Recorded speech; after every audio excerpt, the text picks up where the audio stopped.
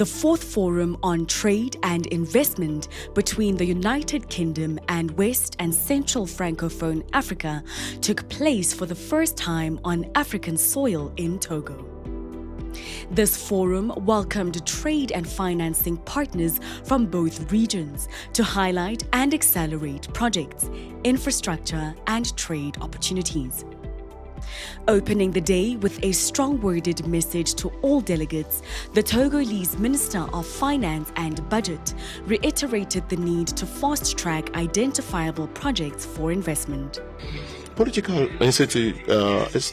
stability and that of the institutional side is a prerequisite for investors. Thanks to your personal commitment, Togo, provide this framework and for investors. And the very last reason, as time goes on, Togo, especially Lomé, has become an era of dialogue and discussions and the promotions of a more integrated and prosperous Africa. The positions of Lomé is confirmed by the fact that our country has had the honor in the previous years to hold major meetings where Africa's voice has been known as the one that is innovating and being in full transformation. Your Excellency, the President of the Council, your guidelines has become a source of inspiration. With your kind permission, I would like to quote one example. During the Lomé meeting on African debt on the 11 and 12 May 2025, your visions of a international financial architecture, as well as the processing of African debts, these visions has been endorsed by the African Union Commission, which in the following months will present a document during the G20 meeting. To mimic the importance of multilateral trade between the regions, Ben Coleman, UK Prime Minister's trade envoy to Francophone Africa, took to the podium to reinforce UK's commitment to the Francophone Africa countries. Our proposition to you reflects that. It's not extractive, it's co-productive, working with you as partners. So we're going to bring together with you patient capital, risk-sharing instruments, and a genuine respect for your domestic policy choices. And over these 2 days, we will be honest about what we can support and equally honest where we feel we can't, because we think this is a clarity that you will respect for saving time and for protecting reputations. Now, ladies and gentlemen, Excellence, I'm proud of what we've already achieved together in a partnership of mutual respect. For example, we've worked with partners in Benin and Guinea on new administrative cities, and these are transforming governance by providing state-of-the-art workplaces from which officials can serve their country's citizens better. At last year's forum, our theme was turning action into success. And as has been already said, this year's theme builds on that. Success breeds success. Le succès engendre le succès. So we've come here to scale what works, to execute with discipline, and to include more people, more places in the opportunities we're building together. And this forum is not just a talking shop, although we will be doing plenty of talking. It's a working room. What we do here matters. The results already speak for themselves. For example, for the first time, trade between Côte d'Ivoire and the United Kingdom has reached £1 billion. UK exports to Senegal are up by 150%. This is a record level. So the next 2 days is about building on this, about enhancing our partnerships. It's about connecting pragmatic ambition with practical financing, project preparation with procurement pathways, a lot of Ps, and local opportunities with United Kingdom capability, so that the ideas which people have become investable projects, and the investable projects translate into jobs, exports, and impact. Delivering the official opening address by the Togolese president echoed the need for strong ties, but also made it clear that although African SMEs are ready to scale up, assistance is not needed but strong and smart partnerships to grow local economies. This is the first time that this forum is being held in Africa, and I think this is not a mere geographical relocation, but this is a symbolic for a partnership which is being rooted more and more in the African reality, in the energy of Africa, and in the youth of Africa, as well as in the ambition of Africa. This translates the confidence and the recognition of an Africa which is no longer seen merely as a market, but as a genuine partnership, as well as the new partnership that Togo and the Commonwealth has been building since 2022. On this occasion, I would like to share with you 5 simple convictions that embodies the vision Togo holds for this renewed partnership between the UK and the Francophone Africa. First, I want us to know that we are opening a new chapter of partnership between UK and Francophone Africa. The UK and Francophone Africa share the same ambition.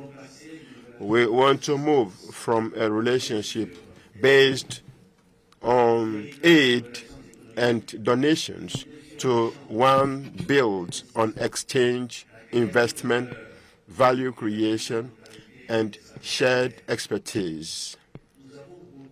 We have much to gain together. Our continent offers to the youth resources and innovation potential. The UK brings expertise, technology, and capitals. Lomé stands at the crossroads of these two worlds, and Togo embodies this Africa that strives to be more open and connected.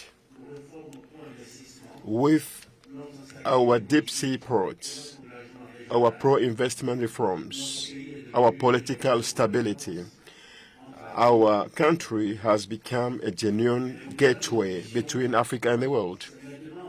But beyond ambition, what we now need to build is a shared vision. This is what this forum can help build. Let us break down linguistic and economic barriers to raise bridges and prosperity between the UK and the Francophone Africa.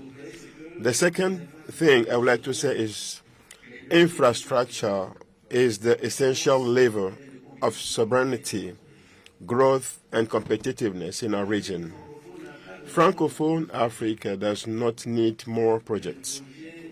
It needs projects that are better designed, better financed, and better integrated. The goal is not to build for the building's sake, but to invest in order to produce. Infrastructure in Africa should not be seen as expenses, but as strategic investment. Building ports, roads, and power lines or digital networks only makes sense if it allows our companies to produce, transform, and export more. The right infrastructures connects the farm to the market, the producer to the processing, the idea to innovation. This is the spirit guiding our country. Modernization of our port of Lomé, the development of regional corridors, and our expanding energy and digital networks all strengthen our positioning as a regional hub. Our efforts show that our African nation can become an essential link in global value chains. So we therefore invite our British partners to invest with us in this productive infrastructure, which supports African industrial transformation. The third one is to make sure that regional and regional partners are involved in the value chain and build partnership and inclusion. Development is not something that can be imposed from above. It grows from the grassroots, from the ground. It thrives through our small and medium enterprises, creativity of our youth, and encourage our entrepreneurs, the youth and women. So this forum should be a platform for the Africa that creates, innovates, and transforms across agribusiness, digital service, and new industries. Advancing the UK Francophone Africa partnership is closely tied to one key ingredient: strong public-private partnerships to drive investments and trade. The fireside panel discussion highlighted what needs to be done to strengthen this relationship and what the future holds. Son Excellence, all standing protocols observed.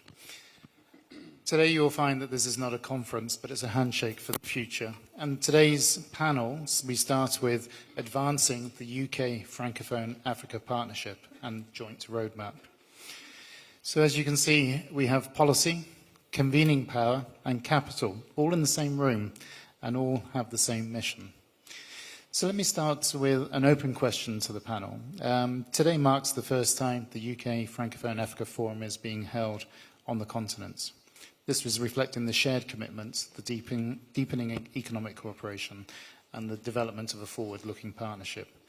From the panel's perspective, what does this represent for the future of UK Francophone collaboration?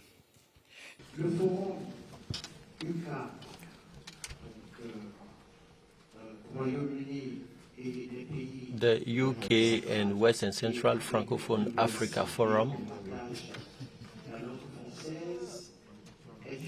is an opportunity, and it's a real opportunity for us and our various countries. We believe that this will help us have a new renewed partnership with the United Kingdom on what we call shared growth. We have a lot of expectations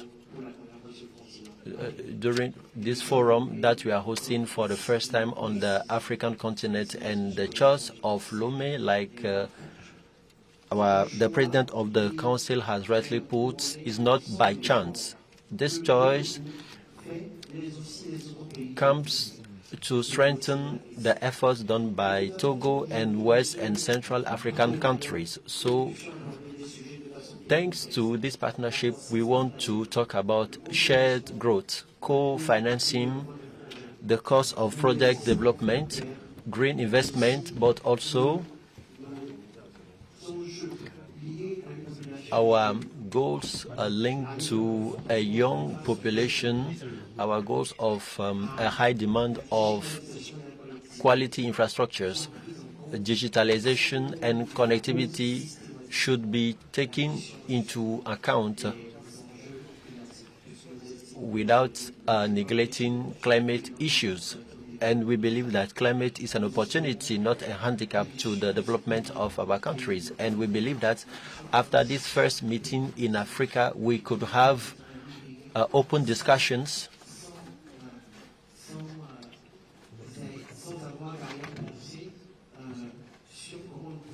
which will guide us on how this partnership can change relationship between the countries of the North and the countries of the South.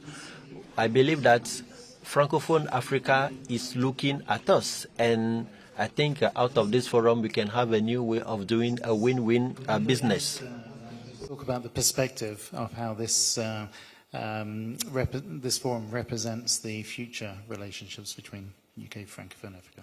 I would say the last 5 years are full of lessons.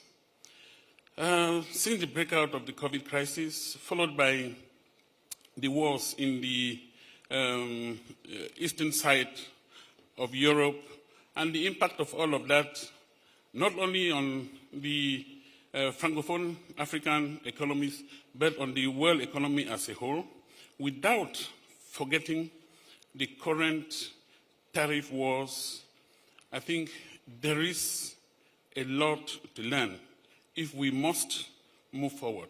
And I believe the opportunity that this forum and the kind of partnerships that we are all looking forward to build between the UK and its African partners as a whole is an alternative to what obtained before the recent crisis. I paid a lot of attention to the 5 points shared by His Excellency, the President of the Council, and I believe very strongly that he was exactly on point on the way forward. I think those 5 points are full of lessons. I find them not only very specifically addressing the way forward for African countries, but touching on the essence, on where we go from here. Partnerships and not aid, as has been the case in the past. That's one of the key things I take away. And of course, we can't forget the fact that as Africa, among the potentials that we have is our possibility to contribute to global humanity through greening our economy. And I already know that UK particularly is very interested in accompanying countries green their economies. I think I'll come back a bit more on details with that. Thank you for the moment, Steve.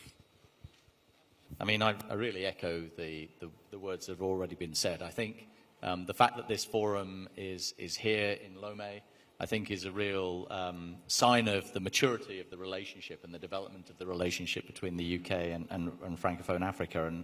And this is now the 4th edition of this, and it's been really interesting for me to watch the development of the forum over the last few years. But as Steve has highlighted and has been highlighted by the speakers previously, the proof of the pudding is in the delivery and what results. And it's been mentioned already that UK bilateral trade with Côte d'Ivoire has now exceeded more than £1 billion.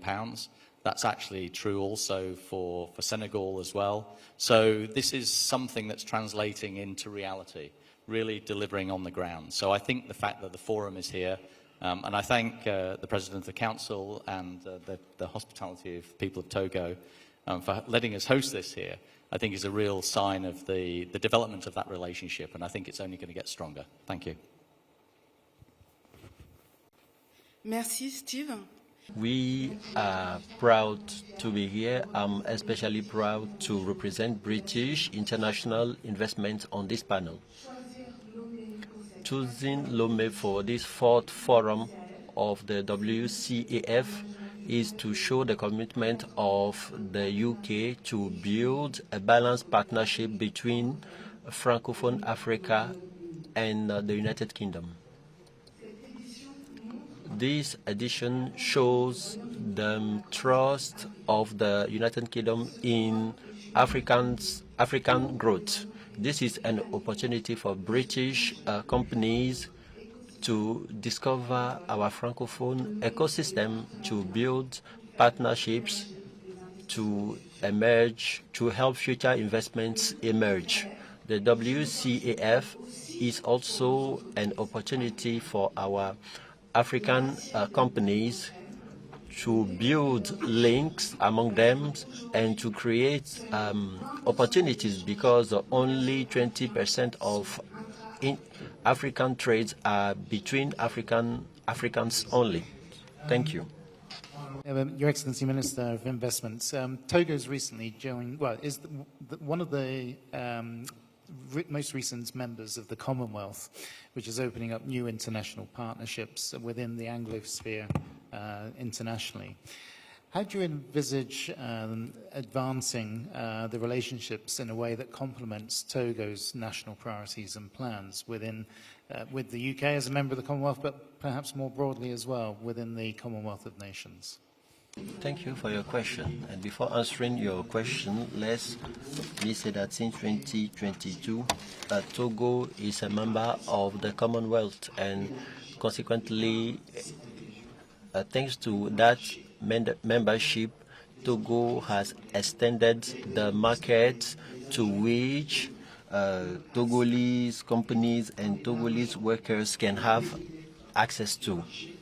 So by extending this market, we are giving the opportunity to strengthen our social fabric, to increase our expertise and create national champions. So that's the first strategic criteria. The second criteria is the following. Togo is an entry point for Commonwealth countries. The Commonwealth is around 2.5 billion of consumers. We, in West Africa, in Francophone Africa, in the ECOWAS, we are at 350 million consumers.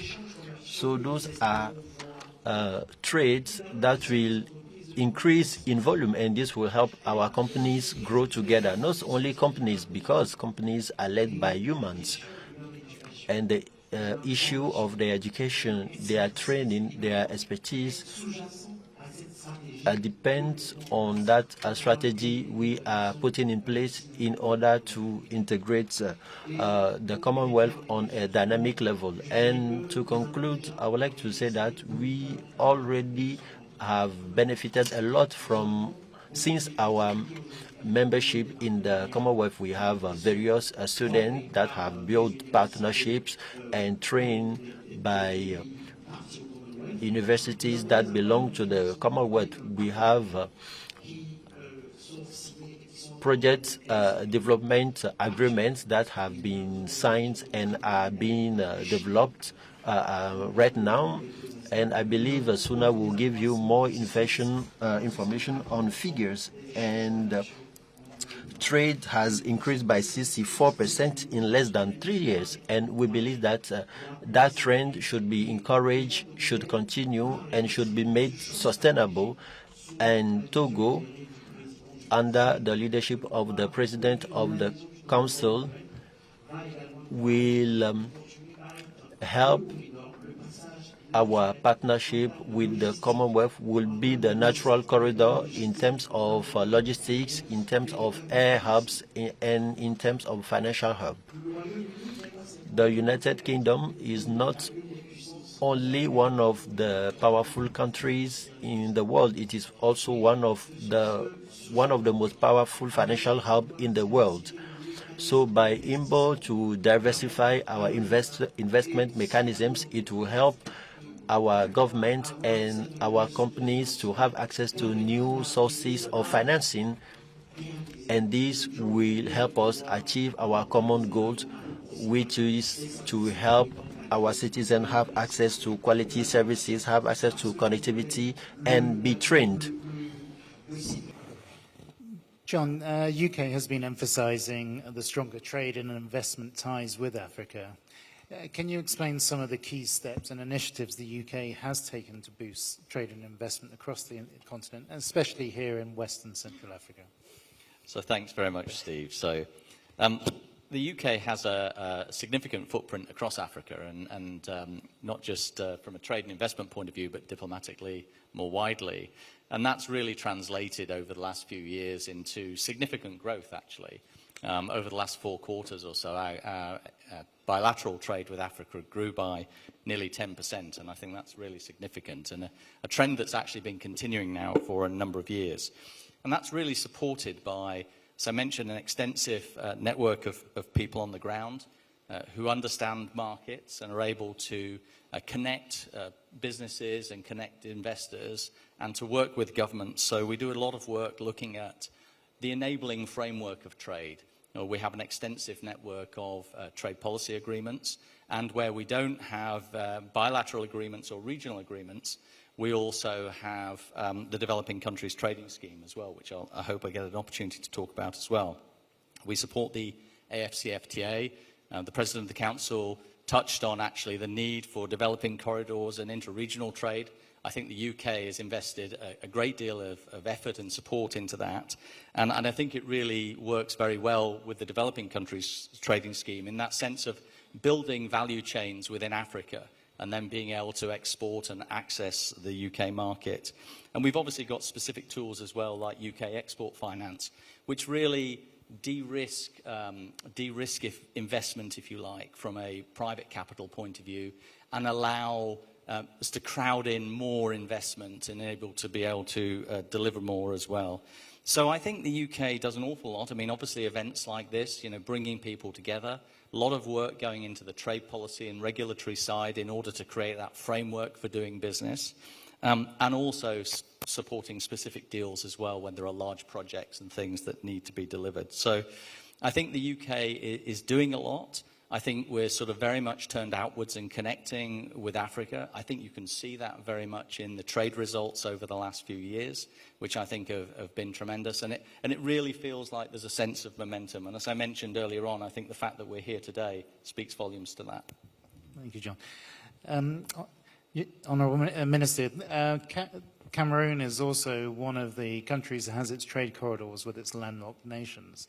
And so we see Cameroon developing its regional and national planning strategies. Where do you see the strongest opportunities for the UK to lean in and support your development of the trade corridors through Cameroon? Thank you, Steve. Yes, as you say, Cameroon is neighbor to a certain number of landlocked countries. And fortunately, we're in the same monetary and economic bloc with these countries, which automatically obliges us to do business with them, not just for the sake of solidarity, but also because of the fallouts that come with opening our natural potentials of access to the sea and others to these neighbors of ours. That said, from within Cameroon, we naturally have our laid out priorities when it comes to developing the country. Currently, we are pursuing our forward march towards emergence. The intention of President Paul Biya is to take his country to medium income status by 2035. Of course, the past 5 years, as I mentioned a while ago, have been loaded with extremely strong headwinds, but that notwithstanding, we continue to pursue this march which is structured around a national development strategy spanning 2020 to 2030, which is structured around the structural transformation of our economy as the main pillar, supported by 3 other pillars. But when it comes to our priorities, to be very, very precise, I will say the focus of our strategy is to industrialize the country.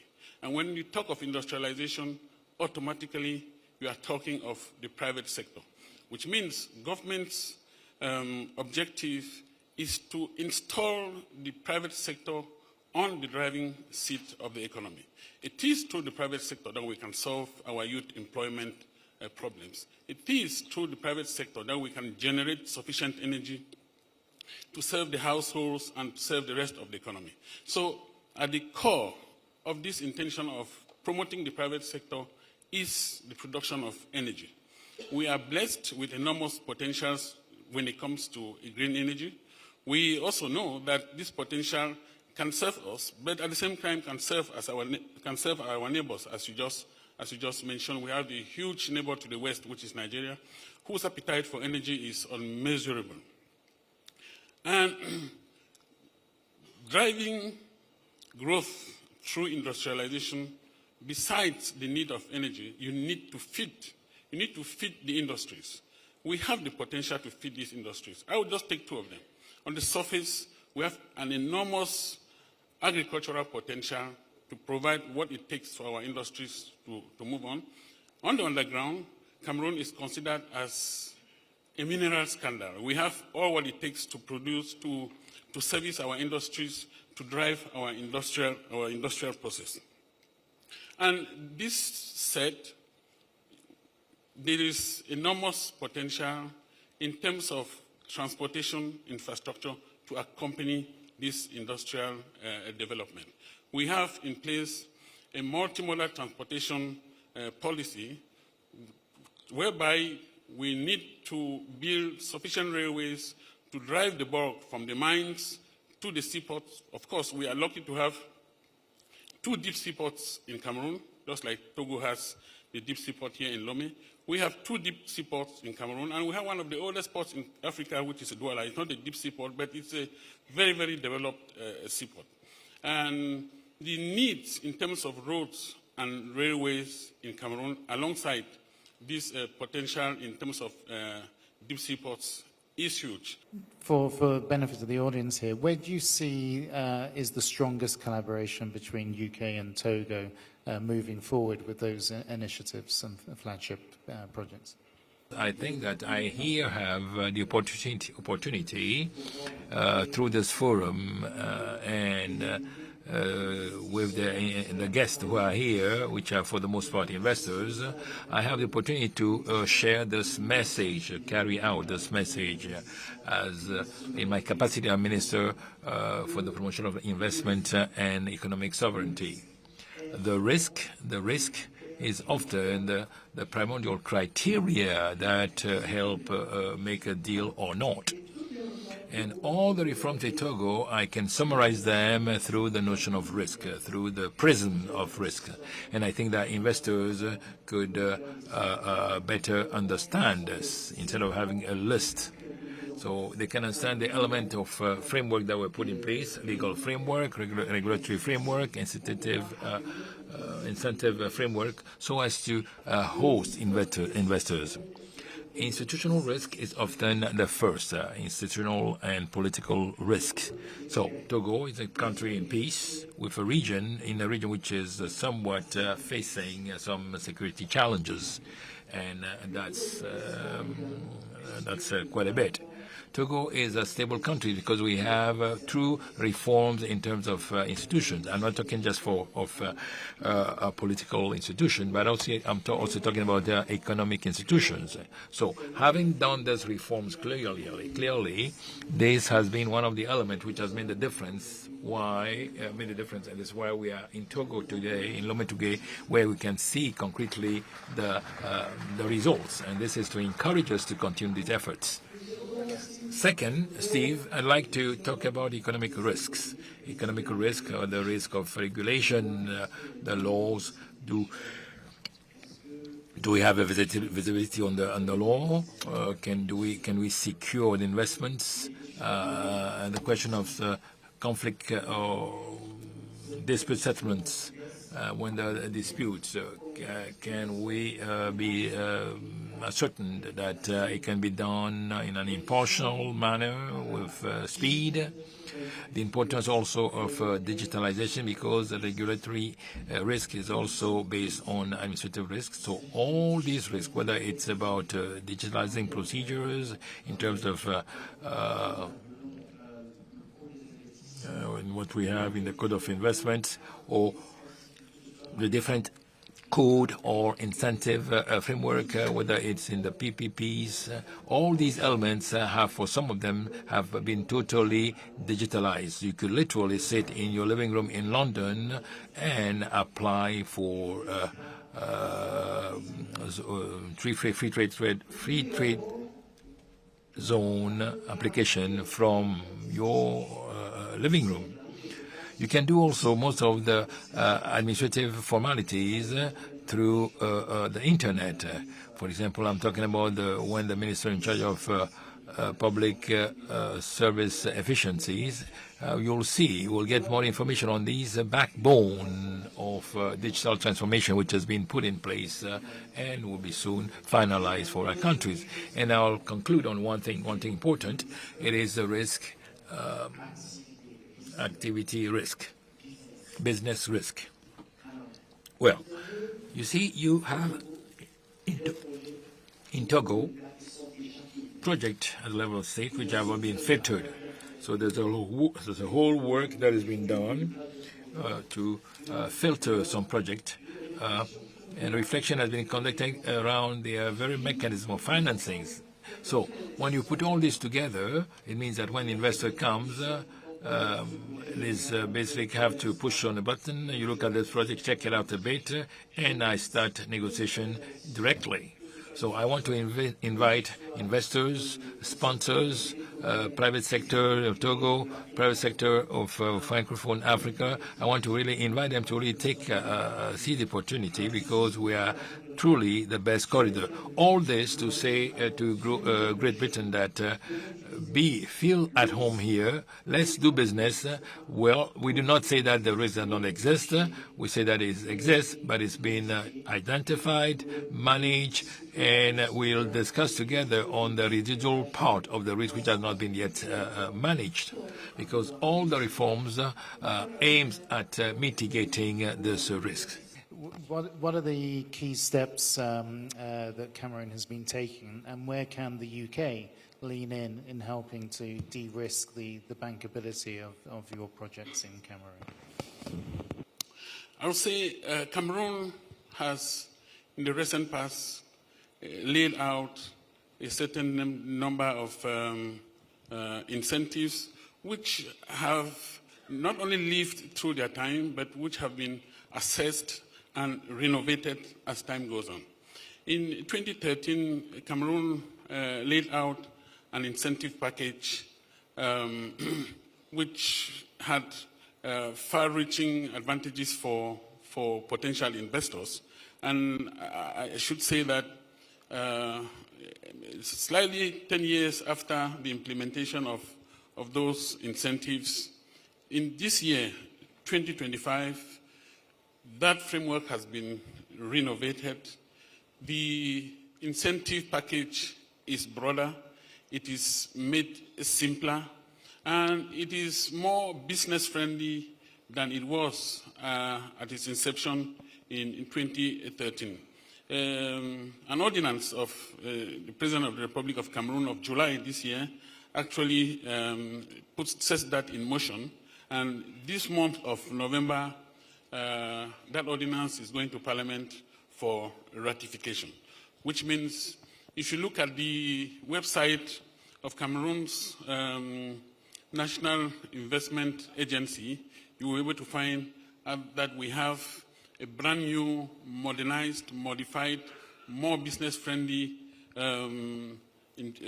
attractive fiscal advantages. In the same line, in 2006, Cameroon actually voted into law public-private partnership framework law. And that law lived through its time as well. And in 2023, that law was totally reviewed.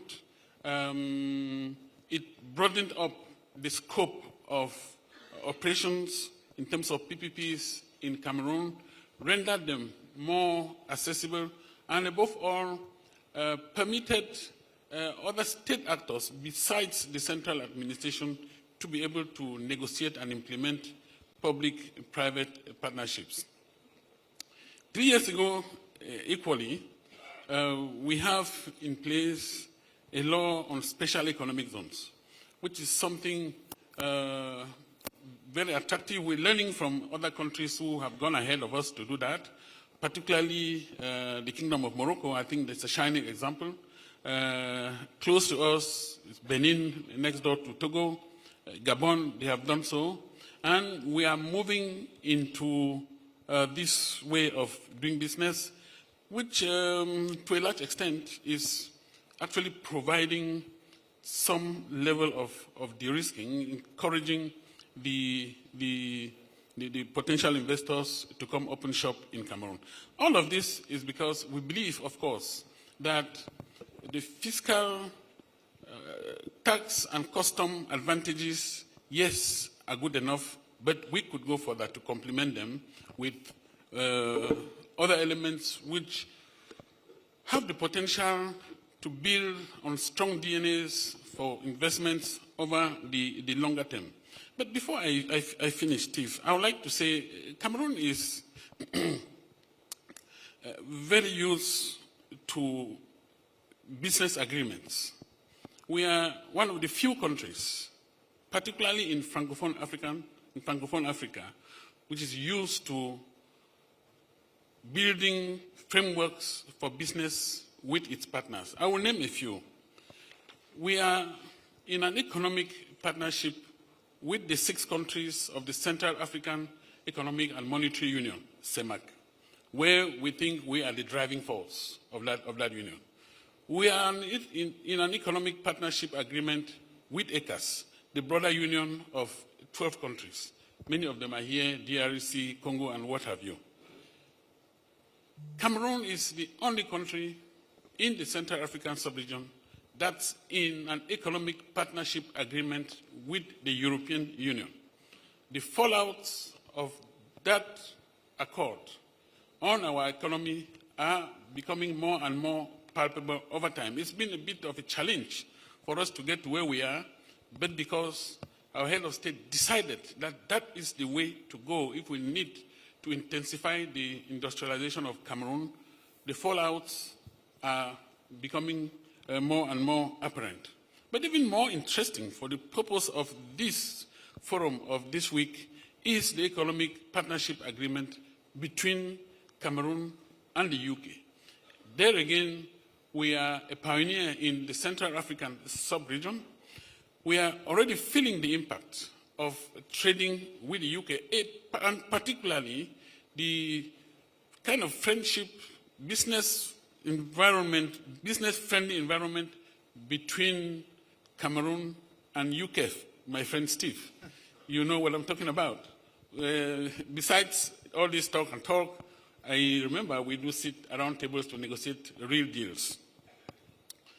I will end by insisting and emphasizing on Cameroon's total belief in the African continental free trade area. Cameroon was amongst the pioneer countries to ratify that agreement. And as we speak, Cameroon has already tested exporting local production, taking advantage of what the African Continental Free Trade Area brings to the table. You may know that we produce aluminium in Cameroon, and the first test ever was the export of a container ship, of a shipload of aluminium bars from Cameroon to Algeria. We are looking forward, of course, to be able to export Cameroonian goods to other African countries, but I'm sure that you know the volume of Cameroonian cocoa that finds itself in the English chocolate industries. This, without particular publicity, Cameroon has one of the best qualities of cocoa. Thank you.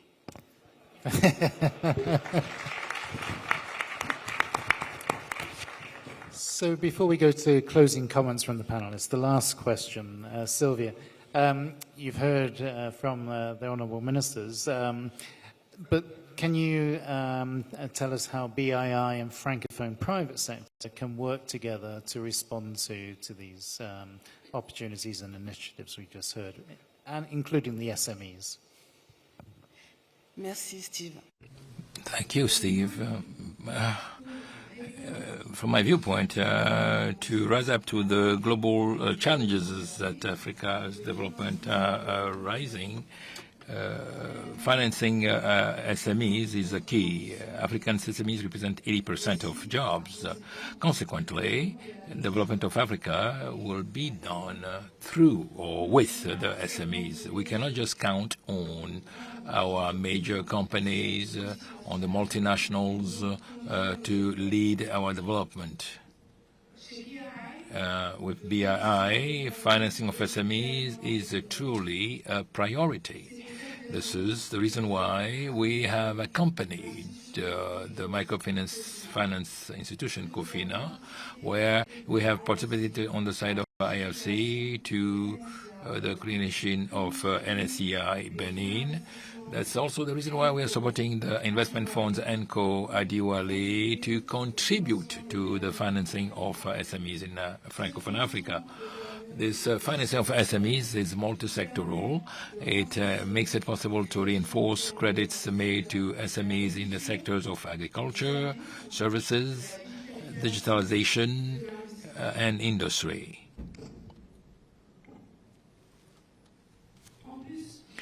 Moreover, in addition to financing SMEs, we also work on financing local value chains by supporting key stakeholders such as Valency and Robust, who participate in maintaining value chains, notably through technical assistance provision, inputs to farmers, and also by supporting value chains and supporting farmers for cocoa and cashew nut productions. So our objective truly is to participate to the transformation of local values while supporting the different branches that our partners, local partners, our state partners wish to develop. Thank you. Ladies and gentlemen, we've heard some really interesting thoughts and outlooks on perceptions for the future. But maybe I can just ask the panelists with their closing remarks about how UK, Francophone Africa drives a sustainable partnership forward to deliver joint prosperity.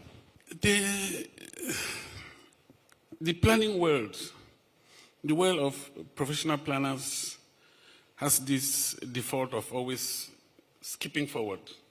It's difficult for a planner to conclude a conversation without, dreaming, looking far ahead.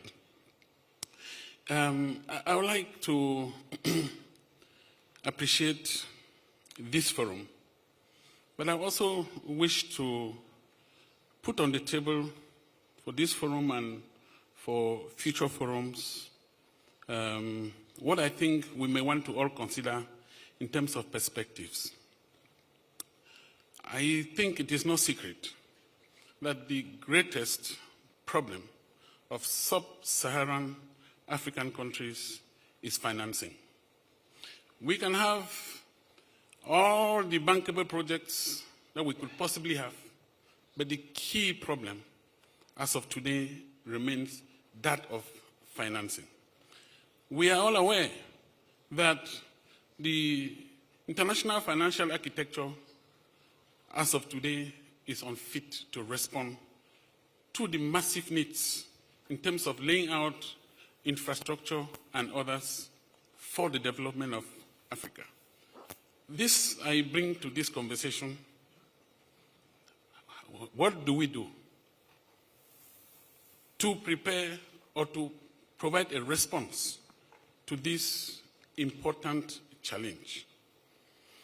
I always want to go back to the past 5 years, 2020, 2025, 5 years loaded with lessons. I look and see the partnership between sub-Saharan Africa and the UK beyond the UK. I wish to look beyond the UK and see more of the Commonwealth. I wonder how easy it is to talk about the UK without talking about the Commonwealth. Of course, the UK, the friend of sub-Saharan Africa, is ready and available to accompany us meet the challenges of development that all the countries face. But I also think that the broader Commonwealth family, where the shared values of the 55 countries are brought to the fore each time the opportunity avails itself, should be our next move.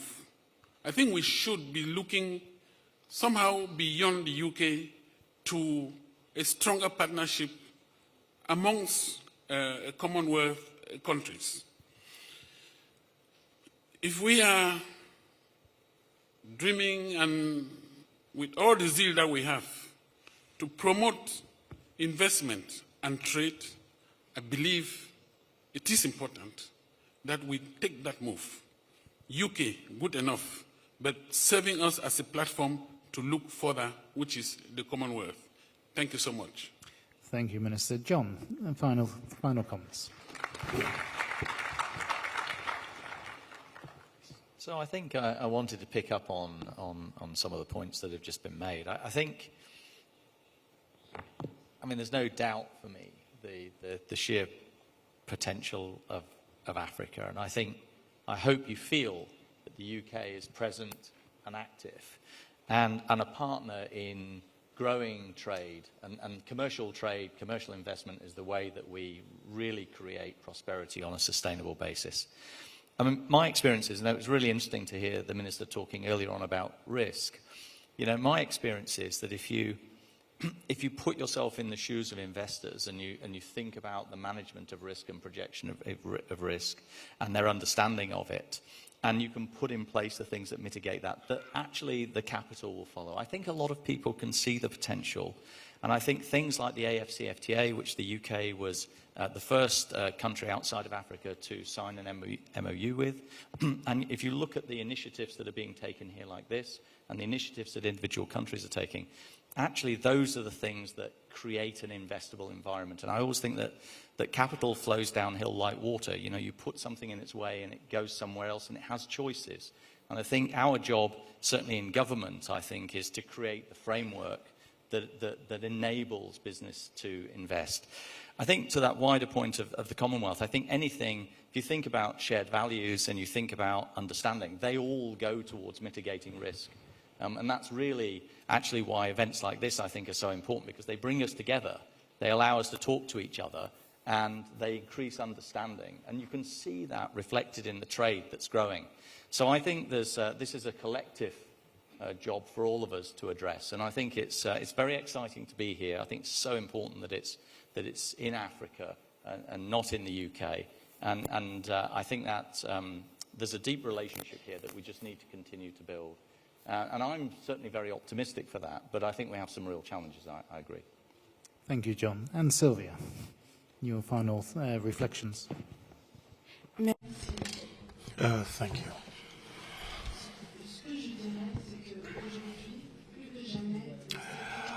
I believe that more than ever before, the private sector is at the very heart of developments of Africa, of SMEs, and as well as value chains. As you might notice it, the host of the British team is willing to support investments in Africa to deploy in the area of logistics, telecoms, agribusiness, and to support strategies from government. Thank you. Minister for Investment. Merci beaucoup. Thank you very much, Steve. Before going to the nitty-gritty of what I wanted to say, I said earlier on that it's possible to be able to discuss. Frankly, I've come to the very end of the very first panel, and I would like to, in our humility, to put forward a couple of ideas that can inspire future discussions. We've come for investments and trade between the UK and sub-Saharan African, especially Francophone country of the regions. From the investment side, we have my counterpart from Cameroon that have highlighted the issue of access to funding. Therefore, access to funding by African private sector in view of developing our countries. Wouldn't we think in terms of risk perceptions? So if investors are willing to go anywhere when there is possible for them to invest, and then in an area risk-free. A lot is done over the years to mitigate the risk and to ensure that there are incentive in terms of transactions. Maybe there is an issue with perception, so we need to ponder over search. How do we perceive a risk from which criteria and perspective? On the flip side, talking about trade, we talked about the businesses and then the need to establish connections. We might have the ability to remove tariff barriers, but we might also have challenges in terms of doing that, especially for for African countries who are having challenges in terms of access to European, UK market, could be it on the non-processed goods or semi-processed goods. So the issue of certification as well is a challenge. Why don't we decide today, for the very first time that you have this maiden forum in Africa to discuss about certification, why don't you have in place a certification agency licensed by the UK that will serve as the gateway into the African continent, and will help African countries using the to export their processed goods. I believe this will yield huge results. Countries invest in such areas, but and non-certifications poses a challenge to our countries. Access to funding can also be tackled. As we know, we have International Bank and Development Bank who are doing business in Africa. Why don't we together work with them so as to be able to have Development Bank that comply with access to market, and that we can also have established that will help and make it possible for us to ensure that we secure funding. So this is what we wanted to say in terms of win-win solutions. Thank you. Gentlemen, thank you very much for your patience, and hopefully today we've been able to take away some of the perceptions and offer some realities to de-risk. Thank you very much, and please give a round of applause to our wonderful panel.